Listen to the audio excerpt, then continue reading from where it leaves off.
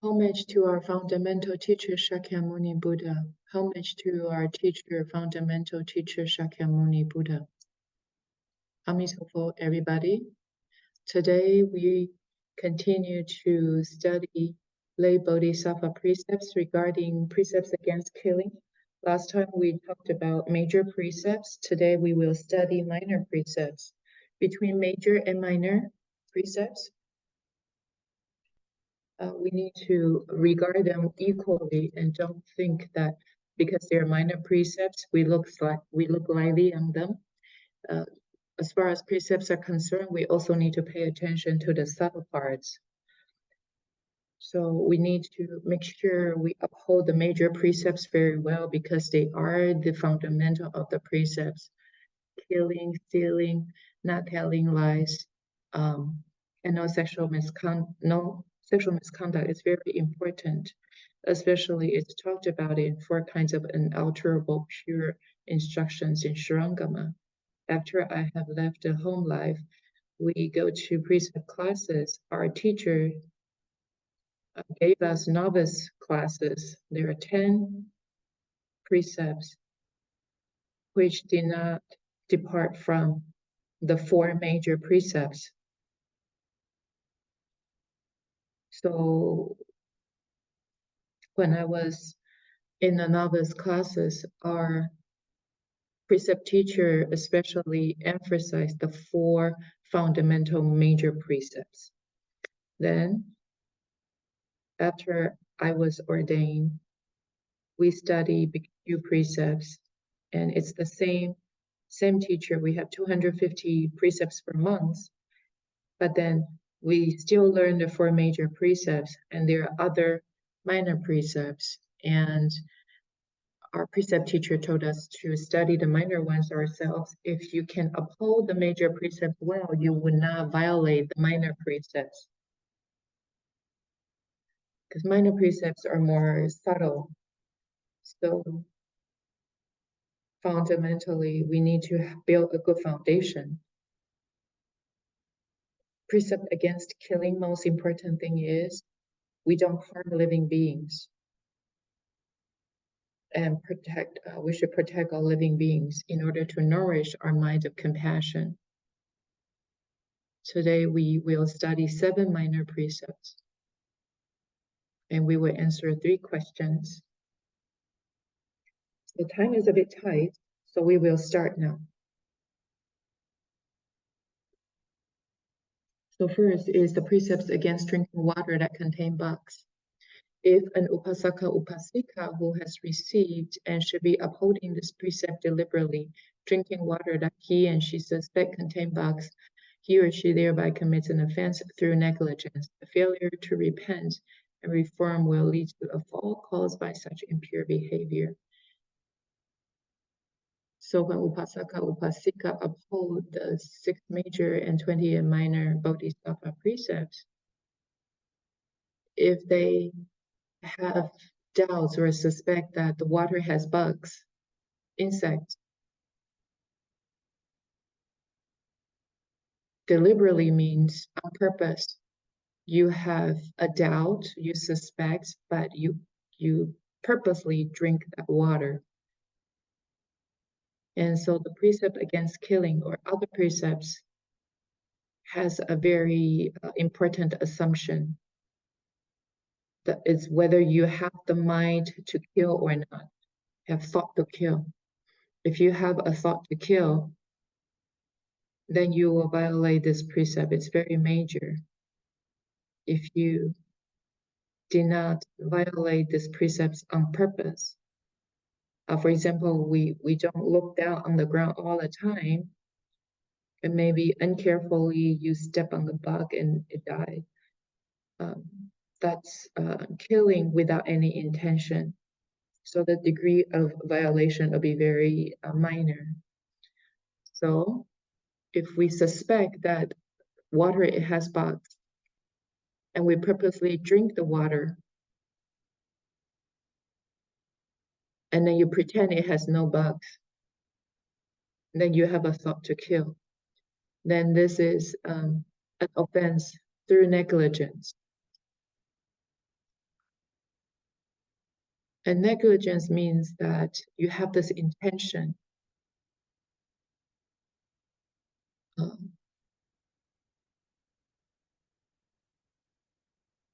And so this intention, it's our mind that schemes, that we lose our mindfulness. So we violate these precepts. When we uphold the precepts, we need to be mindful, proper mind to uphold the precepts. In everything we do, we should have right mindfulness. So being mindful is very important when we take the 8 precepts. Now, we talked about the 6 kinds of mindfulness, right? This kind of mindfulness, when we uphold the 8 precepts, we worry people will lose their mindfulness. That's why we are mindful of the Buddha, the Dharma, the Sangha, precepts, heaven, teachers. So these are 6 kinds of mindfulness that we keep. So upasaka, if they suspect that there is bug in the water, if they drink the water, it's negligence.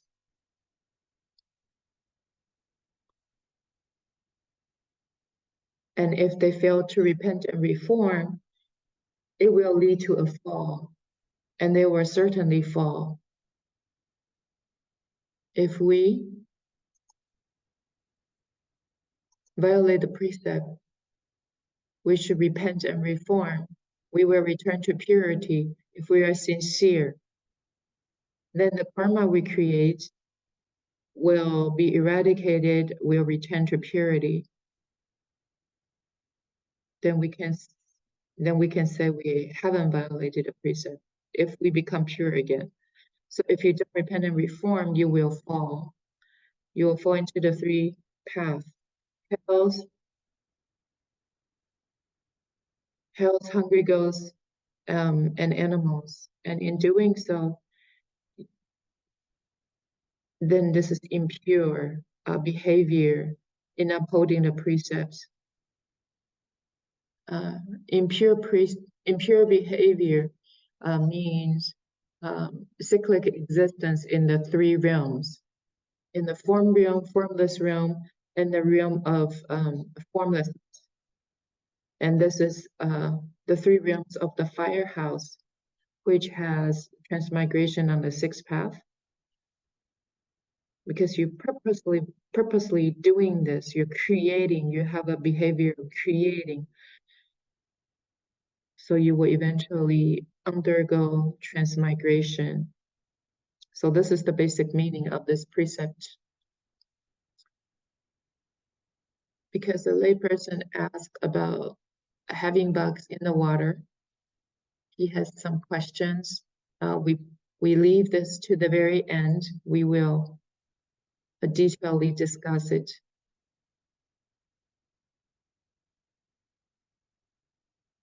And this precept, the principle is drinking water which contain bugs is equivalent to killing and eating meat, because all living beings have a Buddha nature. Worm, even bugs have Buddha nature. If you cut its life off, that's also like killing animals, eating animals' flesh. If you engage in killing, it will break our Buddha, it will break our compassion mind, which is inherent in our Buddha nature. In the Universal Worthy Bodhisattva's Pure Conduct chapter, the 9th vow is pure intention, pure mind. Bodhisattvas take great compassion as their basis, as their substance. Where does great compassion come from? It arises from living beings, upon seeing living beings' minds. And so they give rise to great compassion. From this great compassion, they bring forth the Bodhi resolve. And because of Bodhi, they can become a Buddha because they use great compassion as their substance.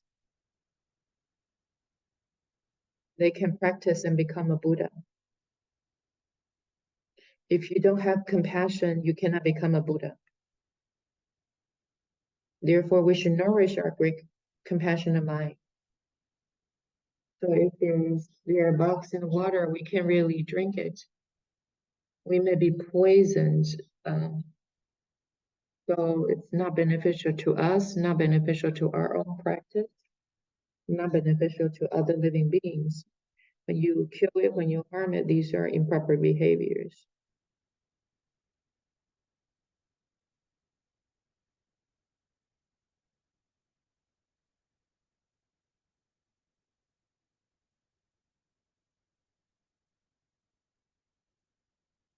The precept against traveling alone through dangerous places. If Upasaka Upasika who has received and should uphold this precept travel without companion through dangerous places, he or she thereby commits an offense through negligence. And then the end is the same. So it says if an Upasaka Upasika has taken the precepts, and if they travel to a dangerous place without a companion, this will bring disasters upon to us potentially.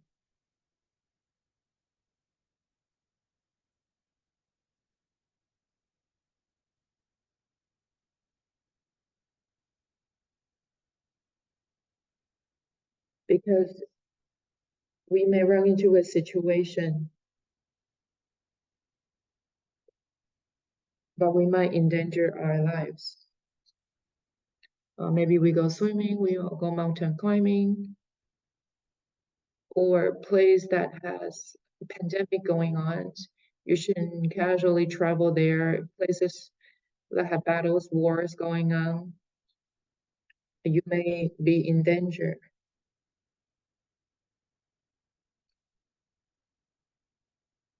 This may harm our life or living beings, and it may harm our body. You should avoid going to such places. If you want to practice, you need to have a body. If you lose your body, you probably can't practice. We need to borrow the false to cultivate the truth. And we don't know when we will regain our human form. So we should protect our body, borrow the false to cultivate the truth. It's very important. At the same time, our body, our hair, we receive them from our parents. We should not purposely harm it. If we hurt our own body on purpose, our parents will be the saddest one, our retinues too. Therefore, we may potentially create harm for other people. So we should protect ourselves in this way. So Upasaka, Upasika, who fail to repent and reform will lead to a fall caused by such impure behavior.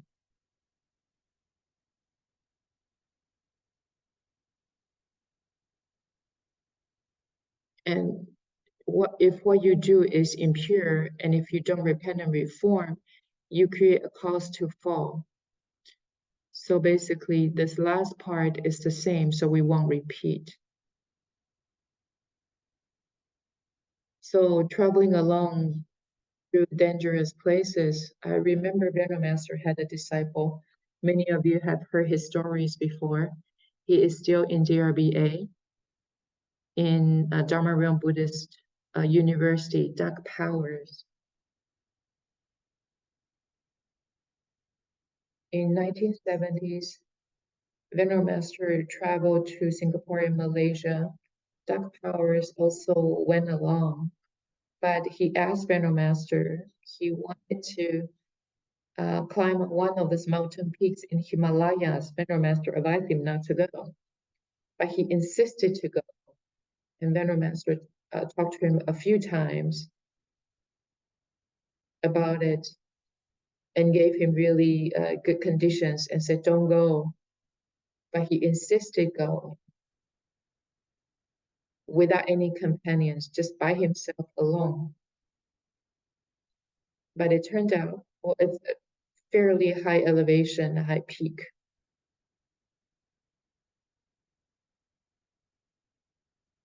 And then he fell actually through like 40 some feet,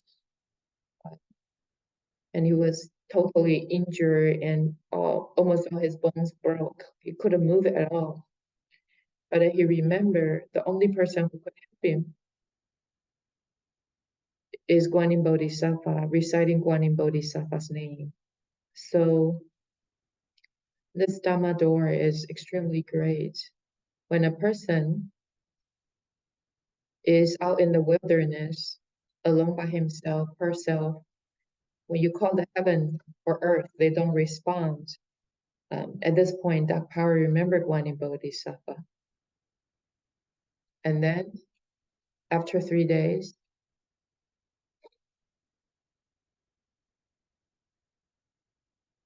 in the local places, a hunter went up to hunt, and he was found. That power was found and moved him to a cave. And then someone went downhill to seek for help. Helicopter came and transported him to a hospital. But the local hospital basically said we cannot help him. And so then he was transported by an airplane and sent back to the United States to have operation. It was a very big deal because all his bones broke. Well, not all his bones, a lot of his bones. And then later, he learned his lesson. Because sometimes Venerable Master, when he teaches us, he has his reasons. But that powers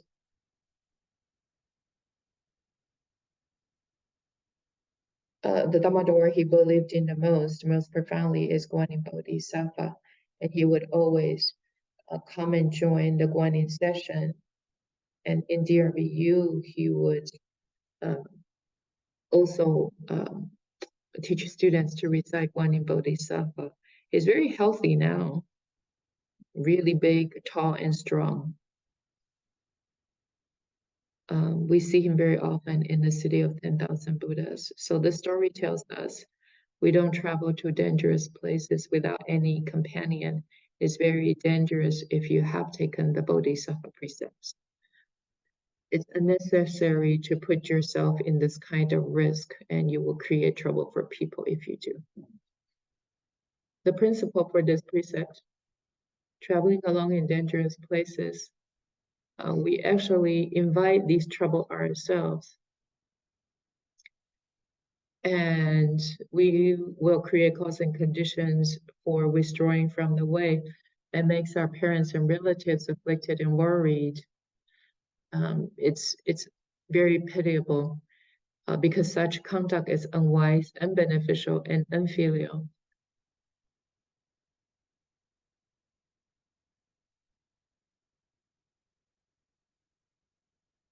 And our parents would really worry. It's very unwise, unbeneficial, and also unfilial to our parents. So we talk about exceptions and dangerous places. No offense,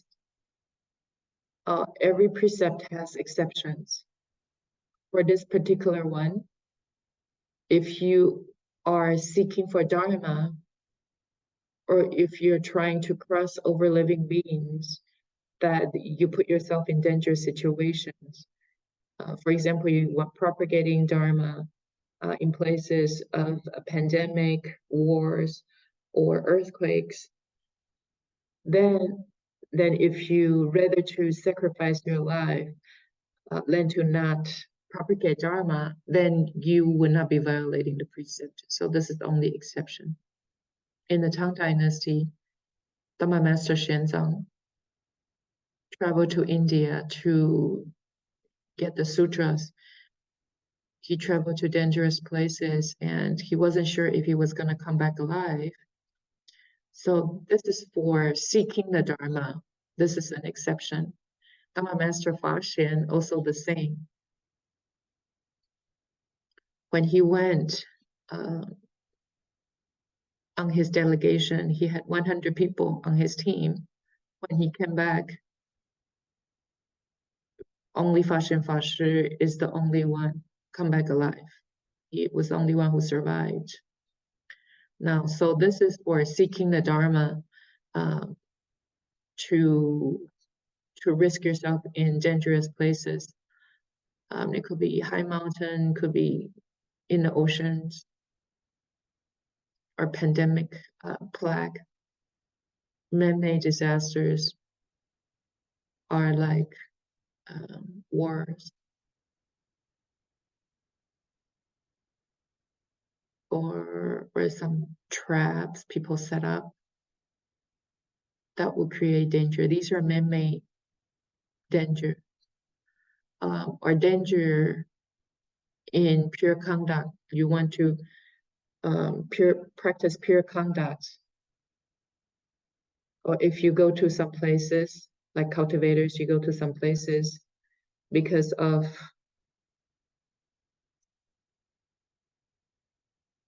conditions that you will lose your Bodhi resolve.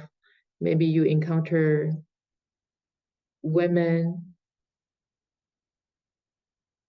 or in the places full of externalists and people really oppose Buddhists. When you go there, maybe they're hostile or unbeneficial behaviors. You may break your pure conduct or pure practices. So this is dangerous places that you want to avoid.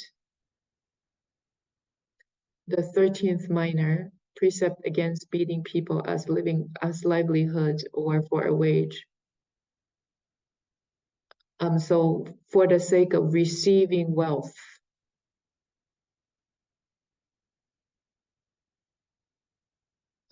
as Buddhists, we should all practice giving of wealth. We should really let go of these external material possessions, or even our internal wealth, our head, our eyes, our organs, our skin, our nails. We can all give it up, let alone external wealth like money. If we cannot, then we have gone against our Bodhi resolve. So if Upasaka Upasika who has received and should be upholding this precept beats or verbally abuse slaves, servants, errands, boy, girls, or others hire help, doing that as a livelihood or for a wage, he or she thereby commits an offense through negligence, and the rest is the same as other precepts. Some people want to make money and they want to use this money to nourish their livelihood, to nourish their life. And then as an exemplary person, although you like money, you should earn your money proper way. And you should earn it according to the regulation or the precepts. According to the law, you cannot earn money without any moral values, like, for example, dealing drugs, people trafficking,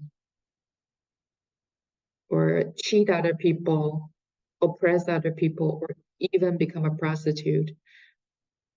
These are improper way of making money. If a person who has taken the Bodhisattva precepts, of course you won't make money through these methods. So here is that, oh, you emphasize on the money too much. Perhaps you need to make a living.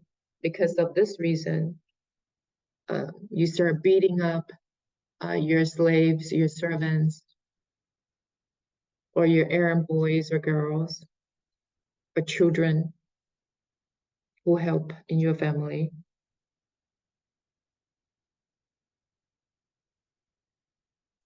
Or others who aren't your family members just because of money. because you wanted money and you beat them up or scold them. Well, of course, in the ancient time, it's very normal. They will buy a servant, and the servant is their own personal possession.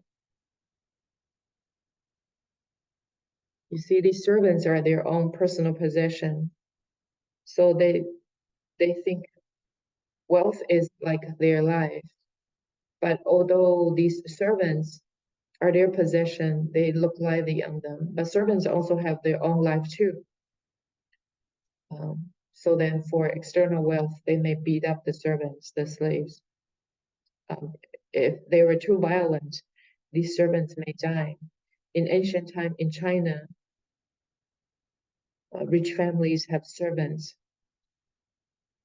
If you kill them because of your violence, people probably wouldn't know, or they would not be executed by the nation's law. So Bodhisattva precepts emphasize on this. You cannot even beat them lightly, let alone beating them hard or even killing them. So upasaka upasika will commit an offense through negligence. The principle of this precept is that the Buddha Dharma is based on compassion. We cannot harm living beings for the sake of material gain.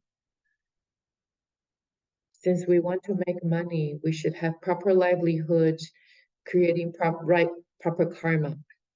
If you wish to make money for your family, some jobs aren't really proper. You shouldn't really hurt people, cheat people. It's not allowed originally. Hitting people for the sake of money or wealth, it's not permissible. But then if you lose control and accidentally kill this person, you would have violated the major precept. But here, it's a minor precept if you hit them. But if you violently kill them by accident, that's a major precept that you violate. So this is to protect us, protect our compassion mind. We have two kinds of wealth. First is tangible wealth, gold, silver, house, property. These are tangible possession, wealth.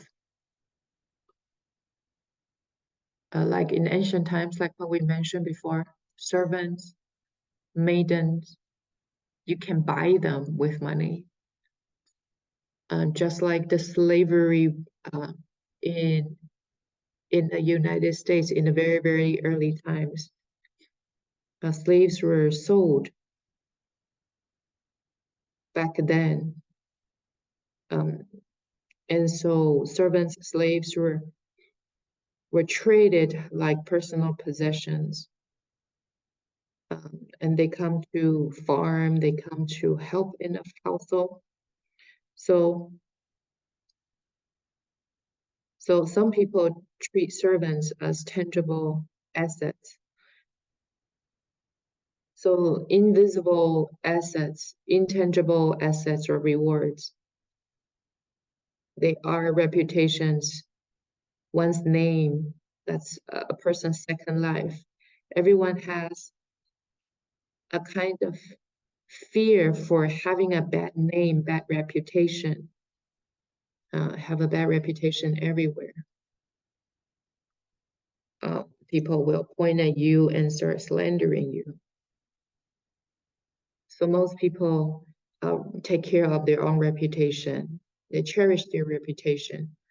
Some people, for the sake of their own good name, they treated us intangible possession. How can you slander me? How can you say I'm terrible? I'm not good. And so for this reason, they may scold people. They may hit people.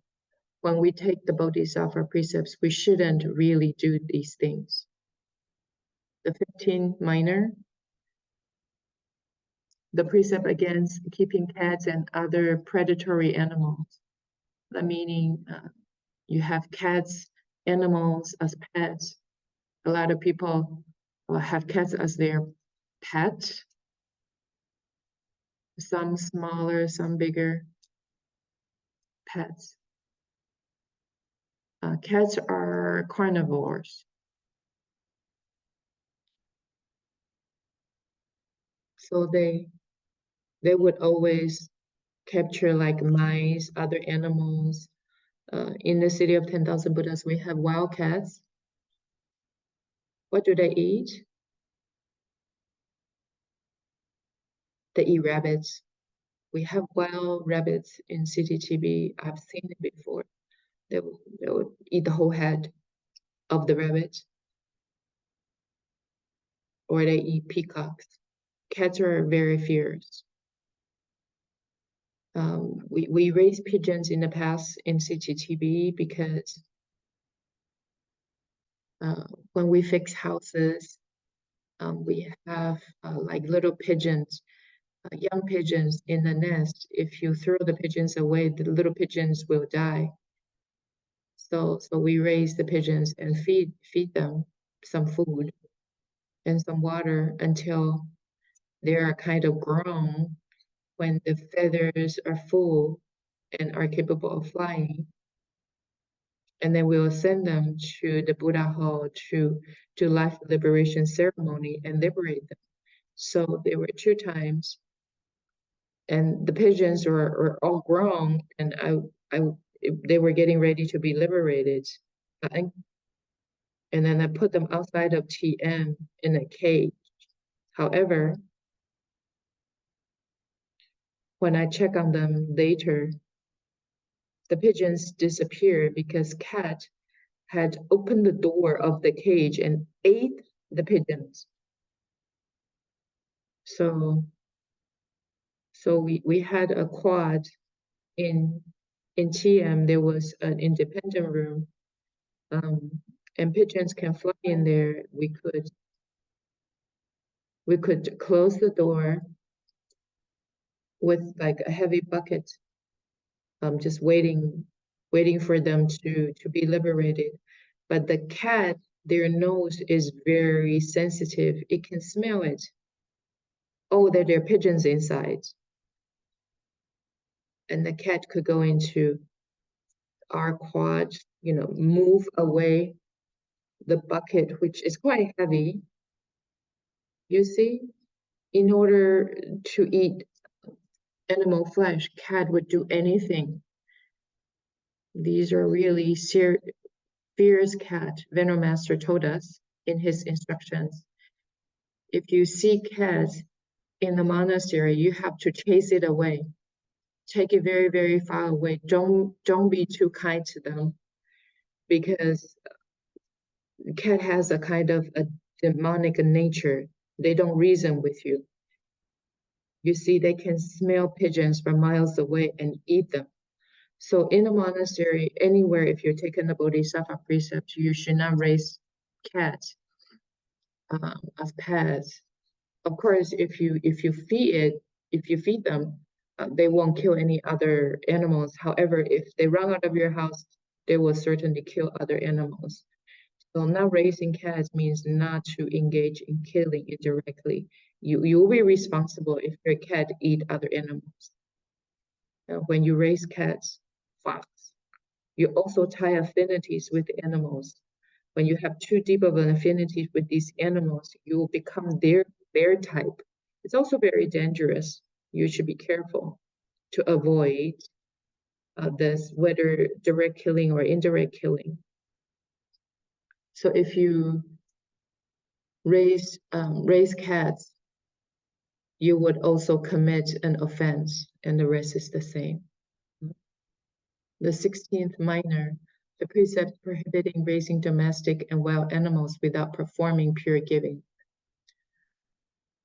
So raising domestic animals, wild animals, the same as the previous one, as raising cats. These are animals,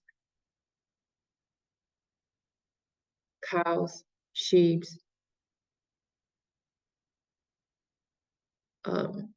chicken, ducks.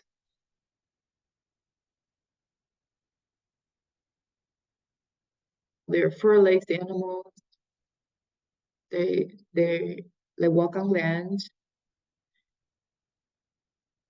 If you fail if you want to take Bodhisattva precepts, you cannot raise these animals, or even as pets. Since you cannot sell them, you cannot kill them. So what do you do? So you should perform pure giving, because you have taken the Bodhisattva precepts, and these animals have not taken precepts. If you do pure giving, you should find a kind owner for animals. You know that they wouldn't abuse these animals, would not beat these animals. That you should perform pure giving to give away your animals and pets. Let's say if the next owner has a temper, and it needs an animal to work in a farm. And sometimes these animals, if they don't move as fast as the owners want in the field, the next owner, they may beat up the animals. If that's the case, you should not give your animals to these owners, because you know this kind of giving will create harm for these animals that you're giving away, or pets you're giving away. So if Upasaka, Upasika have taken these precepts, raise elephants, horse, cattle, sheep, goats, camels, and so on, if you fail to bestow these animals on someone who has not taken this precept in an act of giving, he or she thereby commits an offense through negligence, and the rest is the same. So if you want to take the Bodhisattva precepts purely, you shouldn't own any of these animals or own pets. But some people, they want to take the Bodhisattva precepts, but in the past, they need to have a horse as their transportation method, or they need a cow to farm their land in the old times. But they have to perform pure giving and say, these animals do not belong to me. I give them to other people. However, I temporarily are their owner, and I will treat them compassionately. And if that's the case, you wouldn't violate this precept. But if you have already resolved to take Bodhisattva precepts, it's not necessary to raise these animals, so you wouldn't have these concerns. The principle of this precept is when you raise animals for their service or for meat, goes against the mind of compassion. As a result, those who raise these animals may create three karmas: body, mouth, and mind. Pure giving has two aspects. We give with pure intentions. We give our possessions. For example, we do business. We aren't going for monetary gain. The second is we give our possessions directly to people. We give away the ownership of such possessions while continuing to take care of them. So they aren't really our possession or wealth. So the act of giving cuts off our attachments and fondness for monetary gain that have resulted. You see, nomads, these animals are actually their own possession. However, if they want to take this precept, these precepts is not very easy. The 18th precept against a failure to look for pure water to irrigate land crops. If we need to farm a land, you need to keep pure precepts. But if you farm, it's very difficult to not use water that has no bugs in them or insects in them. Let's say if you get the water from the river, or there may be fish in there. That's in the old times, saying water from river. It's very hard to avoid. So you need to get pure water from the river to irrigate the crops. If that's the case, then it's okay. Then we have vegetations on land. If you don't use pure water to irrigate these crops or vegetation, you will have violated this precept. So if it's for our livelihood, we wouldn't be able to survive. If you want to take on a different job, now it's easier, but in the old times, everything is agricultural society. It's harder. If we don't use pure water to irrigate the crops on land, we will have violated the precept. And it's an offense through negligence. Failure to repent and reform will lead to a fall caused by such impure behavior. When people farm, they will get underground water to irrigate the crops, through motors, through pumps, whatever. And they will water their vegetation. This will reduce the issue of bugs and insects in the water. But underground water may create a problem for environmental aspects, and our land may sink. So if you want to take the Bodhisattva precepts and have a lot of concerns in your mind, you should think carefully. You have to think about your profession, your jobs. If you're a farmer, every day you will probably think about whether your water is cleansed, will you be harming other living creatures? And you will always worry. But people nowadays don't have these problems. But people in the past, if we want to do pure Bodhisattva precepts, they will look for a non-controversial job as far as precepts are concerned. So your mind will settle. So the purpose is that not only do we not want to engage in killing, we should also protect lives.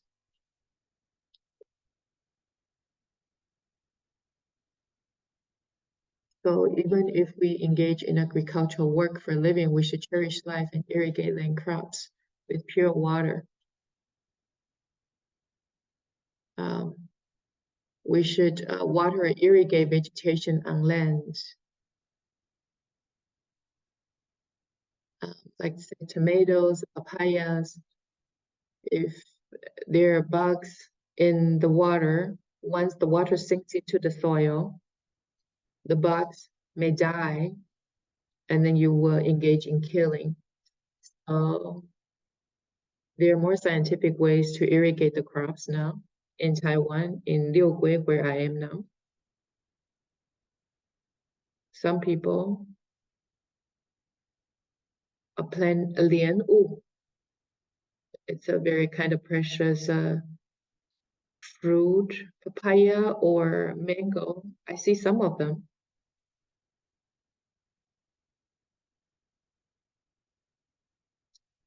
Will create like really thin mesh, cover the fruit trees like that. So it's like you protect the tree, protect the fruit. So you don't have to use pesticides on these fruits, less harms on insects. They're more organic. The fruits are more organic, and you don't engage in killing that way. It's a better method. So if you engage in farming, well, the cost may be higher this way. The 27th precept, the precept against raising silkworms. I think very few people do that now. In the past, old times, ancient times, in China, it's very prevalent. Silkworms becomes silk, becomes cloth. They're sold to Europe to make money. That's trade. So if upasika raise silkworms, and they will violate this precept, being negligent, and the rest is the same. So silkworm cocoons have to be boiled in order to reel off the raw silk, and I think that would engage in killing. I think in our environment now, we probably don't need to raise silkworms. There are synthetic cloth, synthetic silk cloth. We don't need to use these original method where we would engage in killing.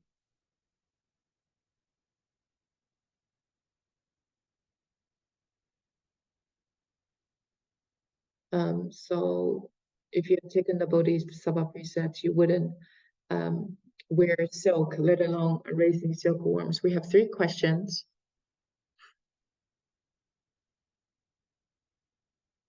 Okay, we may take a bit longer than the class time. A layperson asked, in times of national crisis, one should join the military to protect the country. If that's the case, will one violate the precept against killing? So of course, you go into wars, you have to kill your enemy, or else you'll be killed by your enemy. It's very hard to avoid since the old time. My answer is, this is the assumption. Is it invasive or defensive?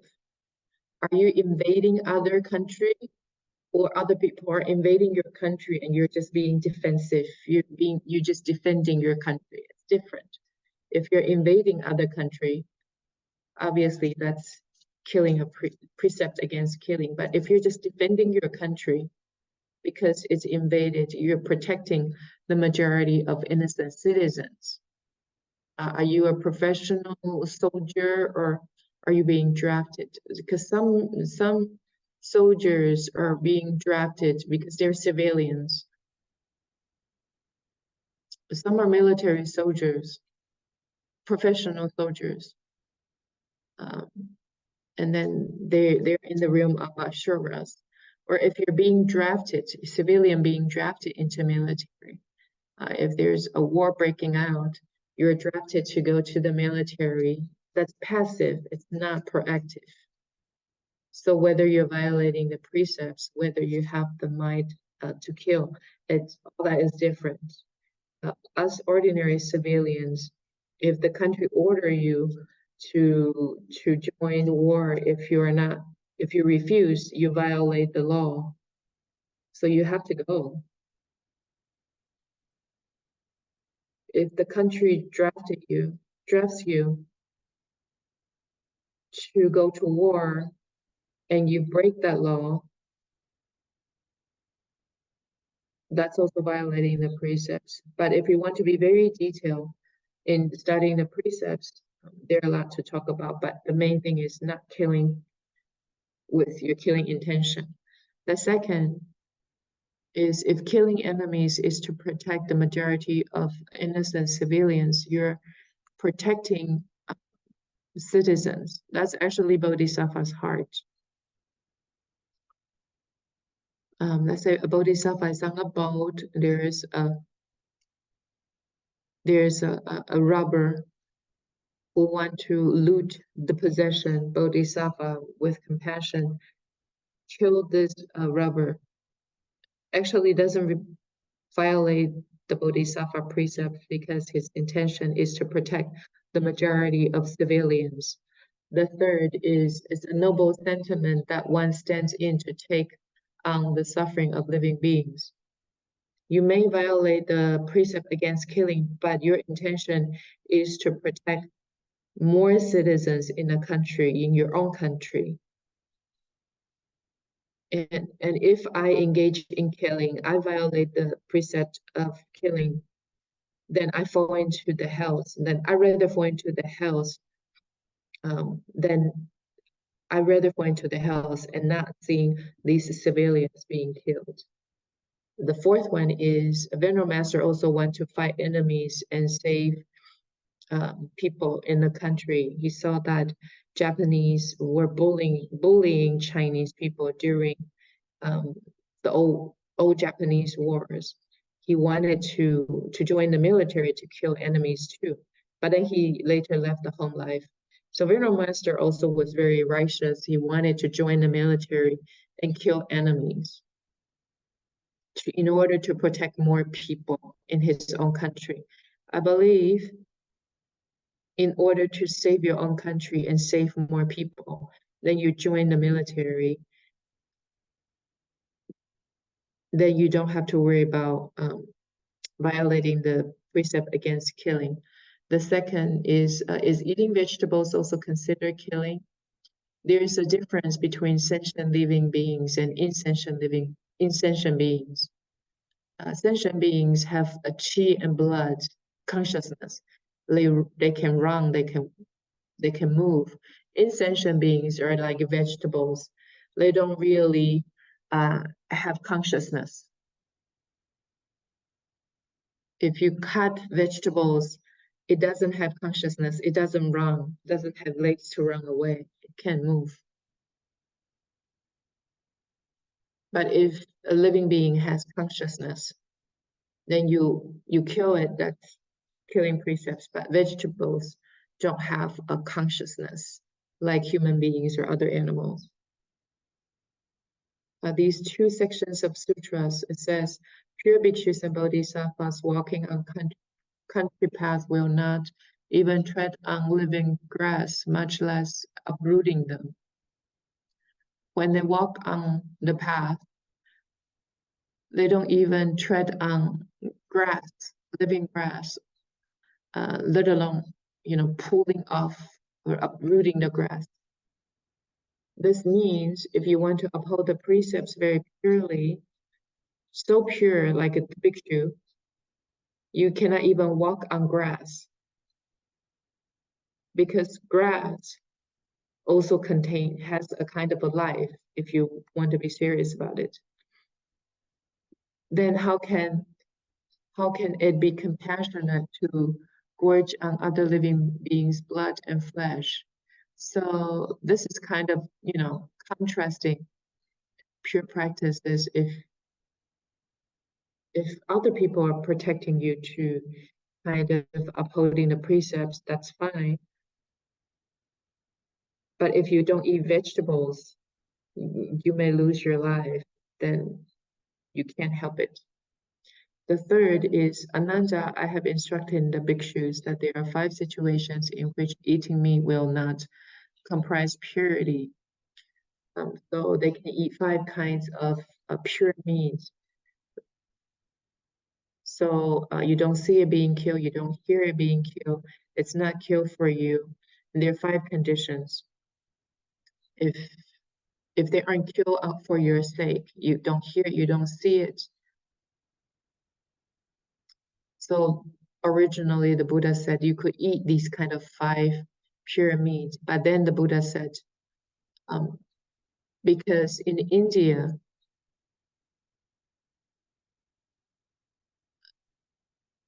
those are humid marshlands in hot desert where grains and vegetables cannot be grown.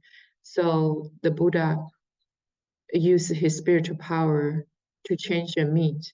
These marshlands cannot grow any grass or vegetables. So I excerpt this section. It means Buddhas allow us to eat vegetables, grass. That is why the Buddha gave us the condition to eat 5 kinds of impure meat, which are actually transformed by the Buddha's spiritual power anyway. So the Buddha said, out of great kindness and by means of my spiritual power, I change the meat they eat so it is without sentience. It's merely called meat and merely tastes like meat. So meat or meat in India during the Buddha's time, it was transformed by the Buddhas. It doesn't really have consciousness. because it doesn't have a consciousness. The bhikshus can eat. It was transformed by the Buddha totally, but different from nowadays. This question is, we avoid drinking water containing visible insects. But there are also unseen microorganisms like virus and bacteria in water. What should we do? So the Buddha thought about this on our behalf already. What does the Buddha do? First, you use a filtering pouch. In the past, the bhikshus will also have a filtering pouch all the time, like a filter. Before he drinks water, he will filter the water from this pouch.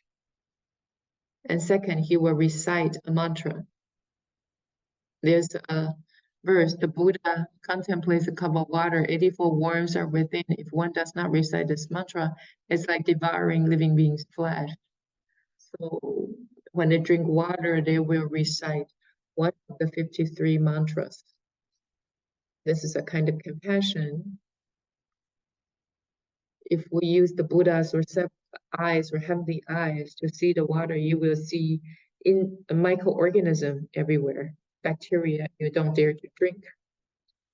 But then the Buddha said, so when you uphold this precept, this rule applies to worms detectable by human eyes. You cannot drink any water that has water detectable by human eyes, not by heavenly eyes. If you don't see it, then it's pure water. You cannot use heavenly eyes. The arhats have heavenly eyes. So the Buddha said, don't use your heavenly eyes when you drink water, because you will see all sorts of bacteria, microorganism in there, and they don't dare to drink. So in the Shastra, Shariputra said, oh, there are even bacteria in the empty space, so he didn't dare to eat anything. He starved for 3 days, not eating anything. And he was then debilitated. After the Buddha knew about this, he said,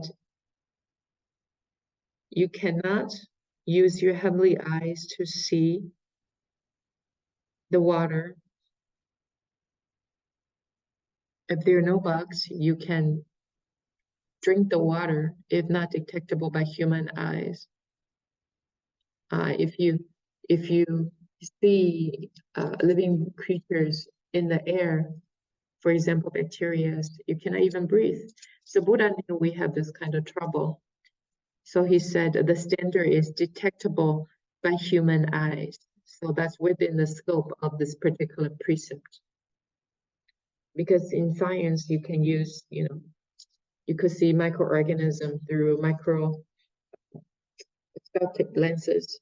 So Buddha already knew in water, in fire, in empty space, there are living creatures. How can you live? So when we learn the Bodhisattva precepts, we should be at ease. We should not have all these kind of afflictions. After you understand this principle, if you want to look at the details, you probably don't dare to eat anything. In the city, most people, water is right from the faucet. So how do we sanitize water? You use some kind of chemicals to disinfect, sanitize, and send to your household. When you drink the water, it went through a killing process of a disinfection. But this process is to protect more people, so you have pure water, you won't get sick from dirty water. So these are like microorganisms, we can't really consider them at this point. So we should maintain middle way, don't go overboard. This is the principle. So when you uphold the precepts, if you have to consider every single detailed aspect, you probably cannot uphold any precept, and it becomes the source of your suffering and affliction. It will bind us up without setting us free.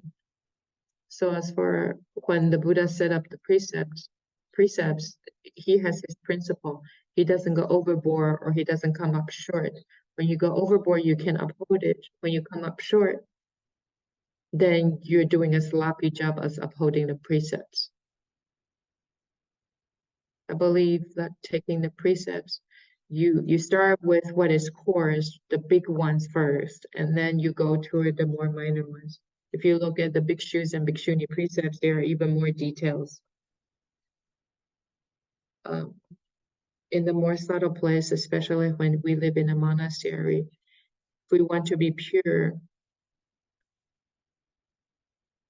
we receive offerings from other people. There are a lot of things we don't need to do that would cause us to violate the precepts in the more subtle aspects. Lay people, when they take the 5 precepts, it's not too bad, but when you do 6 major, 28 minor, there are more subtle aspects of the precepts. If you want to advance your practice in your everyday life, you need to be more detail oriented, make sure you don't engage in killing, and even go a further step to cherish life. So you go step by step.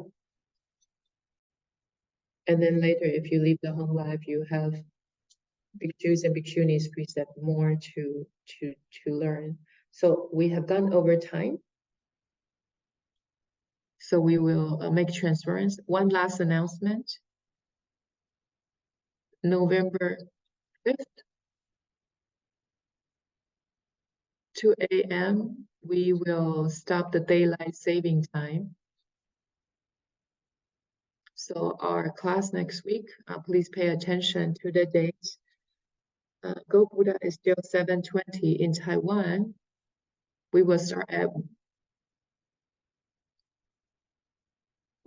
delay 1 hour in Taiwan. So next week, pay attention. 愿以此功德庄严佛净土，上报四重恩，下济三途苦。若有见闻者，悉发菩提心，尽此一报身，同生极乐国。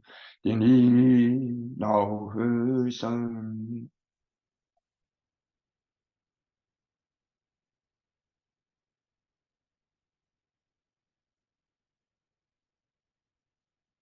阿弥陀佛。